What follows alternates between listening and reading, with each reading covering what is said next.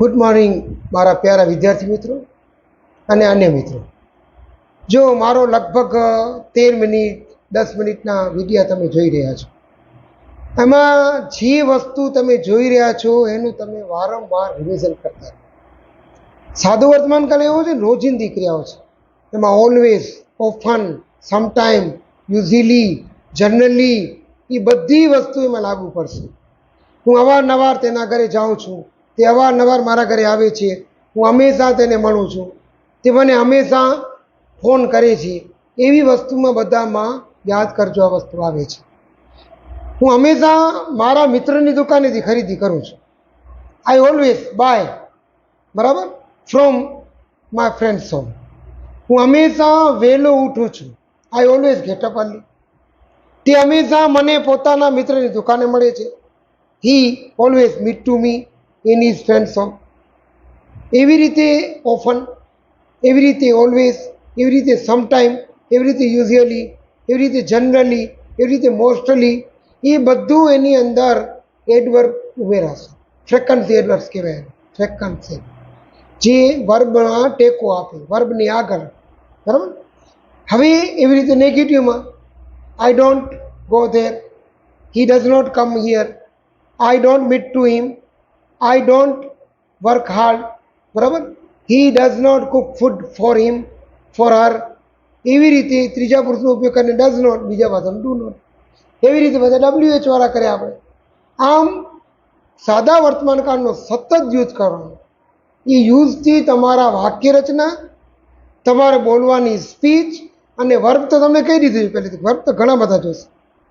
ખાવું, પીવું, દોડવું, હસવું, રમવું, કલર કરવું. હવે ક્યારે એવું બને કે હું દર વર્ષે મારા ઘરને કલર કરાવું છું, તો I paint my home every year.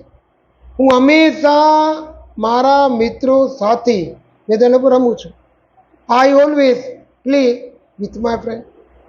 હવે આવી રીતે તમે જેટલા વાક્ય બનાવો એ રીતે WH વાળા એના જવાબ સાથે આવી જશે, બરાબર. હુ છે, વોટ છે, વેર છે, વેન છે, વાય છે, હાઉ મેની, હાઉ મચ. આમ કરવાથી તમારો વર્ક વ્યૂ જે છે એ વધશે. તમે બોલવાની પ્રેક્ટિસ સતત કરજો. એક એક વર્ડ સમજજો, એક એક વર્ડ મગજમાં ઉતારજો. એક એક વસ્તુ તમને સમજીને બોલવાની છે. સ્પીચ પણ ક્લિયર કરજો, કેમ કે પ્રોનાઉન્સ બરાબર હશે તો જ થશે. ટીચર, બરાબર, સ્ટુડન્ટ, કાર્પેન્ટર, જે આપણા હેલ્પર્સ છે એને ઉમેરીને વાક્ય બનાવો તો પણ કોઈ પણ વાક્યમાં પ્રોનાઉન્સ ક્લિયર આવવા જોઈએ. ઓકે, પછી આગળ વધશું. એના પછી ટેન્સ તમને. મારા પ્રિય વિદ્યાર્થી મિત્રો, મારા અન્ય મિત્રો, જો આપણે અંગ્રેજીની અંદર સિમ્પલ પ્રેઝના પ્રેઝન્ટ કરીએ છીએ એ વન બાય વાય કન્ટિન્યુઅસ તમને સમજાવતો જાઉં છું. હવે ઘણા વખતે બને તમને જે વાક્ય સમજાવ્યા છે એ વાક્ય અમુક જ વર્બથી સમજાવ્યા છે. દાખલા તરીકે ગો, સેન્ડ, બ્રિંગ, કમ, સિટ, સ્ટેન્ડ. થોડાક તમને આજે વર્બ આપું છું, જે વર્બના કારણે તમે થોડાક વધુ વાક્ય બનાવી શકો, બરાબર. કેમ કે મેઇન તો શું છે કે સેન્ટેન્સમાં વર્બની જરૂર પડે. હા, તમને વર્બ જ ના આવડતા હોય તો તમે કેવી રીતે વાક્ય બનાવી શકો? એટલે આ કે જેમ જે વર્બ जी જરૂર पवंदी. जेको वर्ब पाण ॾींहुं राति जेको पाण एक्शन कयूं था, खेणूं, पीणूं, उतीणूं, वीणूं, रोवणूं, એ વસ્તુ જરૂરી છે. हाणे આવી ચામ કે આ રોજ સવાર જો મુझे ઘરે ક્યાં તો, અને ક્યાં તો જો સ્પેલિંગ ના છે ઈટ, વાક્ય ન બને. ઈટ જ ના આવડ્યું તો વાક્ય ક્યાંથી બનશે? એટલે હવે જે છે ને મેં તમને વર્બ કહેતો જાઉં છું, થોડાક વાર બોલું છું, એ વર્બ ઉપરથી તમને સેન્ટેન્સ બનાવવાનું, બરાબર. તમારી રીતે બનાવશો વધુ સારું રહેશે. હું તો બનાવીને તમને કહી દીધો છે કેવી રીતે ગોઠવાય છે.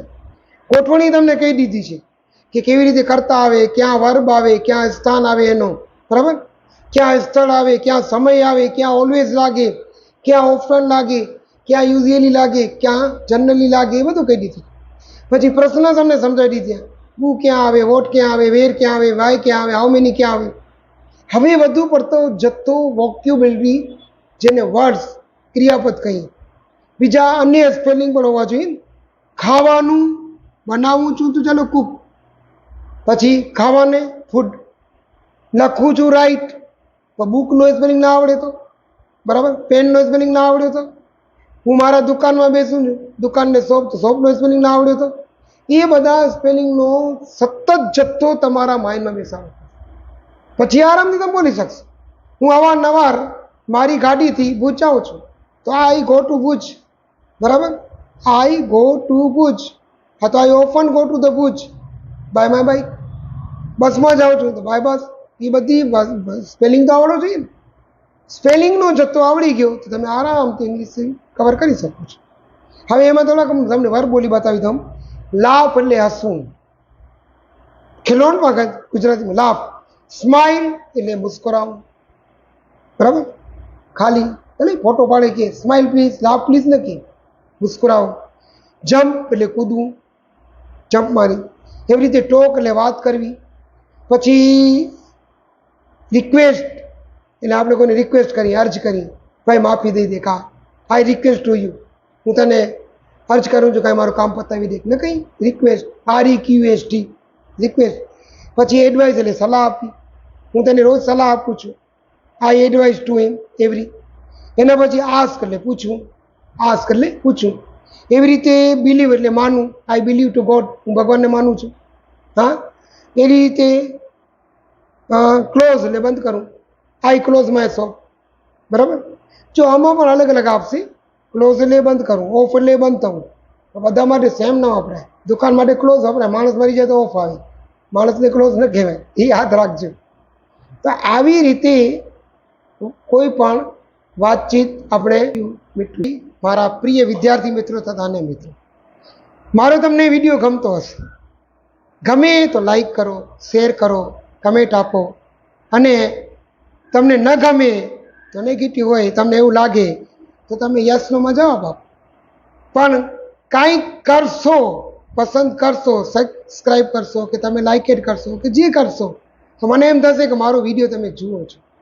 ખાલી જુઓ છો એ મારા માટે ઘણું છે, કે તમે જોશો તો ધીરે ધીરે તમારા માઇન્ડમાં એમ થશે કે ના, હજી અમે એનામાં વધુ જોઈએ, અને વધુ જોશો તો તમારા માઇન્ડમાં ઇંગ્લિશ ઉતરશે, અને ઇંગ્લિશ ઉતરશે તમને ઇંગ્લિશ સમજાશે, અને સમજાશે એટલે મને વધુ કહેવાનું મન થશે. હવે આપણે વર્તમાન કાળ તો ચાલુ કરી નાખ્યું છે. સબસ્ક્રાઈબ કરજો, લાઈક એટ પણ તમે આપજો, ભલા લાઈક પણ ગણવાનું તો મજા આવશે. હવે એક વસ્તુ યાદ રાખો કે જે વર્તમાન કાળના વાક્યો તમે સમજાવતો જાઓ છો એ તમે બોલતા જાઓ. વર્ક પણ તમને ઘણું બધું કીધા, બરાબર, ઘણું બધું સમજાવ્યું. હવે 1 બાય 1 તમે સેન્ટેન્સ લખો, વાંચો અને બોલો. હવે તમને એક ટોક કહું, ટોક કેવી રીતે વર્તમાન કાળમાં સાદી ટોક બને, બરાબર. એ સાદી ટોકમાં તમને એક વસ્તુ સમજાવું કે શું તમે તમારું દુકાન વહેલો ખોલો છો? Do you open your shop early? સામે વ્યક્તિ હશે સિમ્પલમાં જવાબ આવશે, યસ આઈ ડુ. શું તમે રોજ મોડી રાત્રે દુકાન બંધ કરો છો? Do you close your shop late night? તો સામે જવાબ આવશે નો આઈ ડોન્ટ. હા હશે તો યસ આઈ ડુ. હવે ત્રીજા પુરુષને લાગુ પડતો હોય કે શું તે તેના મામાના ઘરે રોકાય છે? Does he stay his uncle's home? ના, તે નથી રોકાતો. નો, હી ડઝ નોટ. આમ એવી રીતે તમે દરેક વસ્તુ એવી રીતે બોલશો ને તો જ આવડશે. શું તમારા પપ્પા રોજ ઓફિસે જાય છે? Does your father go to his office? Yes he does every morning. જે તમને લખવું બોલી શકે. નો હી ડઝન્ટ. પછી તમારા મહેમાનો દર અઠવાડિયે ક્યાંથી આવે છે? Where do your guest come from your home? Every week, every Sunday, every Monday, every month. એવી રીતે બનાવી શકશો. તમે કોની ગાડીથી તમે અહીંયા આવો છો? તો whose bike do you come here every? હું મારા ભાઈની ગાડીથી આવું છું. I come your tuition by my brother's bike. તમે તમારા જન્મદિવસમાં કોને આમંત્રણ આપો છો? તો whom do you invite your birthday party every month, every year? હું મારા બધા મિત્રોને આમંત્રણ આપું છું. I invite my old friend on my birthday party every year. આમ એક જાતની ટોક સતત બોલશો તો તમારા મગજમાં બેસી જશે. કેમ મોડા આવ્યા? Why do you come late? કેમ મોડા ગયા? Why do you go late?